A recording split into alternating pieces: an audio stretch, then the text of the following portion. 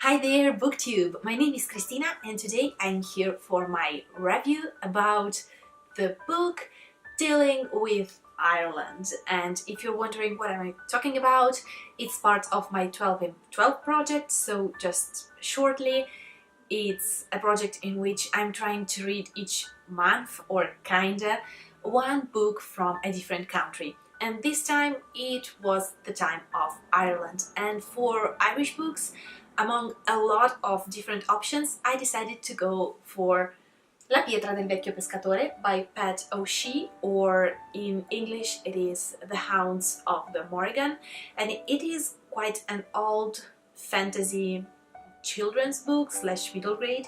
It was published in 1985, so it's quite old nowadays, and this is quite a chunker, as you may see, so it's quite a long book, but it has its pros, it has its cons, so I'm here to share with you my thoughts about it. So let's start first of all with the main thing in which I was interested. So to have that feel of Irishness in the book, because of course when I'm reading a book and I'm hoping to grasp more about the country and the place and just the culture and so on, of course I expect to see a lot about that country in that book in particular. So for this book I may say that I was quite satisfied, not at all, not like 100%, but if I have to give it a rate, probably it will be like a 7 out of 10.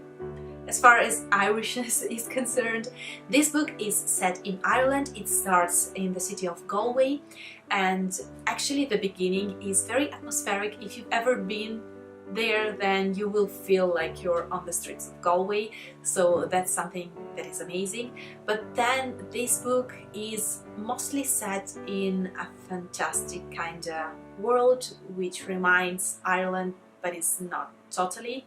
So it's a little bit confusing, but our protagonists, they are two siblings, they travel to this magical version of Ireland because one day the oldest brother, so the boy, and he is like, I believe, 11 years old or something like that, he accidentally releases this huge monstrous kind of snake from Irish mythology, and his duty right now is to seal it back.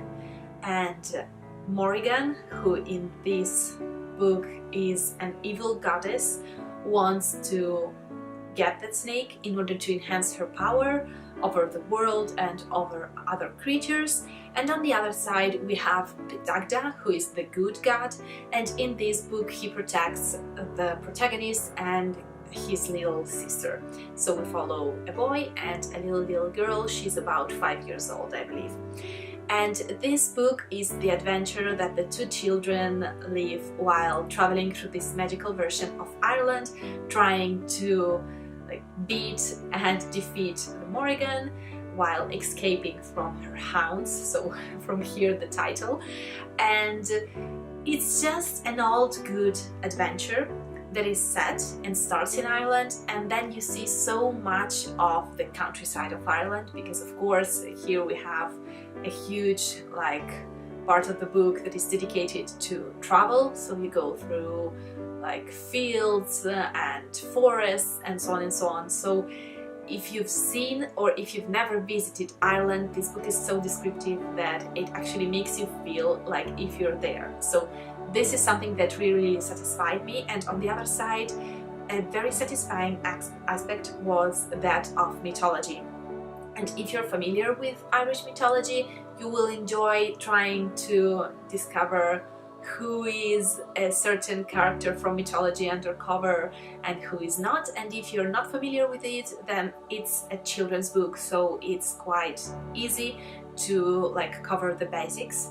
Of course, you need to go more in depth if you are interested in the matter, or if you are pagan and for you those names have a deeper meaning, then of course you cannot just base your thoughts on what's inside this book because it's fiction. So you need to go more in depth and do research and so on. But for a starter, it was quite a satisfying book because it gave me the idea of Ireland, so I really felt it. the thing that disappointed me a little bit, so the reason why it's not 100% like top-notch and so on, is just because I really wanted to see a little bit more of modern Ireland and not only of the fantasy version of it. So that part lacked a little bit for me, but then overall I really enjoyed the experience of Ireland that this book gave to me. And now let's get to the things that I enjoyed or disliked about this book. The things that I disliked are just quite a bit. So first of all, in my opinion, this book is too long for the story that it's trying to tell, and a lot of parts are just unnecessary and not very entertaining, to the point in which I was justifying the length of this book with the idea of maybe reading this book each and every evening to a child. So that could be reasonable, that could be a reason why this book is so long. Otherwise, I don't see a reason for this kind of length. It can be shorter, and in that way, like, the facts will just flow with a different rhythm and it will be more pleasant and interesting. Like that, with this kind of length, in some points it was very like dull and slow, so I wasn't a huge fan of the rhythm of the book. The second thing that made me a fan of this book is actually that the characters were too bidimensional. I mean, it's true that they are children, but they seemed quite flat, and throughout this whole book they have almost no evolution whatsoever. So that's something that I didn't appreciate and wasn't a fan again. And something else that bothered me quite a bit was the lack of tension. There is no real escalation, and for some reason the author decided to be absolutely sure to foretell, like from the very beginning, that everything will be okay with our two main protagonists. And I mean, when you're going into a children's book or a middle grade, you kind of started with an idea of everything will be alright and no one will die in a gruesome way.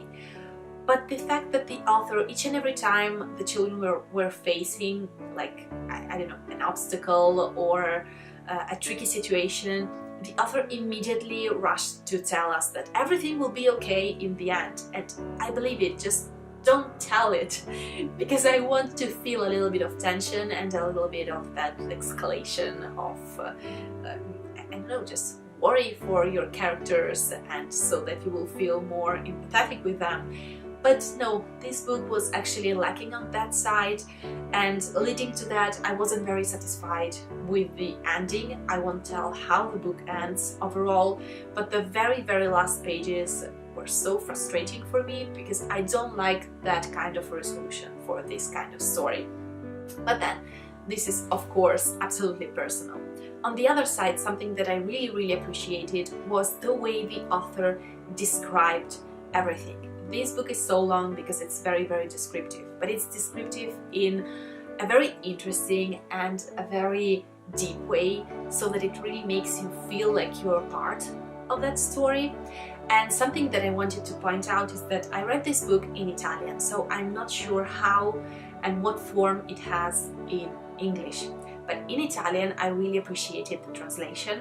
And so, since translators, they usually don't invent anything, they just stick to the original text and they try to adapt it in the best possible way to the language in which they're working, then I have to say that probably the English version too has a lot of unusual and less known words that are used in this story, and I deeply appreciated it, because while I was reading, there were moments in which I just grabbed the book and I was like, oh, I don't know this word. I love not knowing a word. It means that I'm discovering something new. And so I rushed to check the dictionary just to see if I invented or guessed the meaning in the right way. So I really enjoyed that aspect of the book, the fact that it wasn't overly simplified as far as language is concerned. The events were quite like just easygoing and nothing too special, but the language of this book really made it for me. So that's the reason why I decided in the end to rate it, I believe 3.5, so overall 4 stars I believe on Goodreads, but it was worth due to the language. The story itself could have been just much more, I don't know, smooth and shorter and with more tension building there, because overall, the main character just spent his time complaining about the fact that he will not get to the end of this journey. And it starts to be quite annoying pretty soon. So yeah, I don't know. It was still interesting because it was a while since the last time I read something published in the 80s as far as fantasy genre is concerned. So it definitely has a different take on everything, and it has less idea of a build-up of tension, and of course it's a children's book or a middle grade book, so it's not like an adult fantasy, epic fantasy like Game of Thrones, of course. But then I still expected just a little tiny bit more, because with some polishing this story had all of the potential to be amazing and to introduce people to Irish mythology in a funny and a simple way. So these are all the things that I wanted to share with you about this book. If you're passionate about Ireland or Irish mythology, then you may check it out. If you're searching something quite easy or something to read like in episodes each and every evening, then this is something that you again may check it out. Or if you have children, young children, and you don't want to go with a story that's too, I don't know, too dark, too gloomy, too, I don't even know, then you may go with something like that, because here you may be sure that everything somehow will just resolve itself in certain ways, but at the end it's a good old kind of fairy tale fantasy adventure. So that's all that I have to say about this book. I hope that you enjoyed this video, and stay tuned to discover what next country I will travel to by reading. Bye! Ciao!